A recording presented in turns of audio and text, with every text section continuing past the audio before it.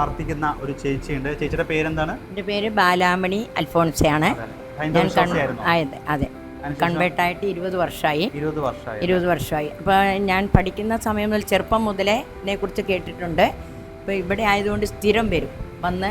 വീട് ഇവിടെ അടുത്താണ് ചേച്ചിയുടെ? അവിടെ നടക്കാവാണ് വീട്. വെള്ളി ശനി ഞായർ പഠിക്കുന്ന കാലം മുതലേ ഈ കുരിശുപള്ളിയെക്കുറിച്ച് അറിയാം. അപ്പോൾ ഇതിനെക്കുറിച്ചുള്ള ഒത്തിരി അനുഭവങ്ങളും അത്ഭുതങ്ങളും ഒക്കെ നടക്കാറുണ്ട്. അപ്പോൾ ഈ എണ്ണ വലിയൊരു പ്രധാനപ്പെട്ട ഇവിടെ കൊണ്ടൊഴിക്കുന്ന എണ്ണ നമ്മളെ വേദനിക്കുന്ന അല്ലെങ്കിൽ രോഗമുള്ള ഭാഗത്തൊക്കെ വെച്ച് പ്രാർത്ഥിക്കുമ്പോൾ അത് കുറയാറുണ്ട്. എൻ്റെ അനുഭവം ഞാൻ പറയുന്നത്. പിന്നെ അതുപോലെ ഇവിടുന്ന് പ്രാർത്ഥിച്ച് നിയോഗം വെച്ച് പ്രാർത്ഥിക്കുമ്പോൾ ഒത്തിരി അത്ഭുതങ്ങൾ നടക്കാറുണ്ട്. പിന്നെ ഞാൻ വെള്ളി ശനി ഞായർ ഇവിടെ ഡെയിലി കുർബാനയുണ്ട്. വെള്ളി ശനി ഞായർ വൈകുന്നേരം, വെള്ളി ശനി ഞായർ രാവിലെയാണ്. പിന്നെ തിരുനാളുകൾ ഇവിടെ ഉണ്ടാവാറുണ്ട്. കുരിശിൻ്റെ തിരുനാൾ, കുരിശിൻ്റെ പ്രാർത്ഥന, ഭയങ്കര ഒരു പ്രാർത്ഥന, ശക്തിയുള്ളൊരു പ്രാർത്ഥന, കുരിശിൻ്റെ പ്രാർത്ഥന നൊവേന എന്നുള്ളൊരു പ്രാർത്ഥന. ഇന്നിപ്പോൾ എനിക്ക് 70 വയസ്സായി.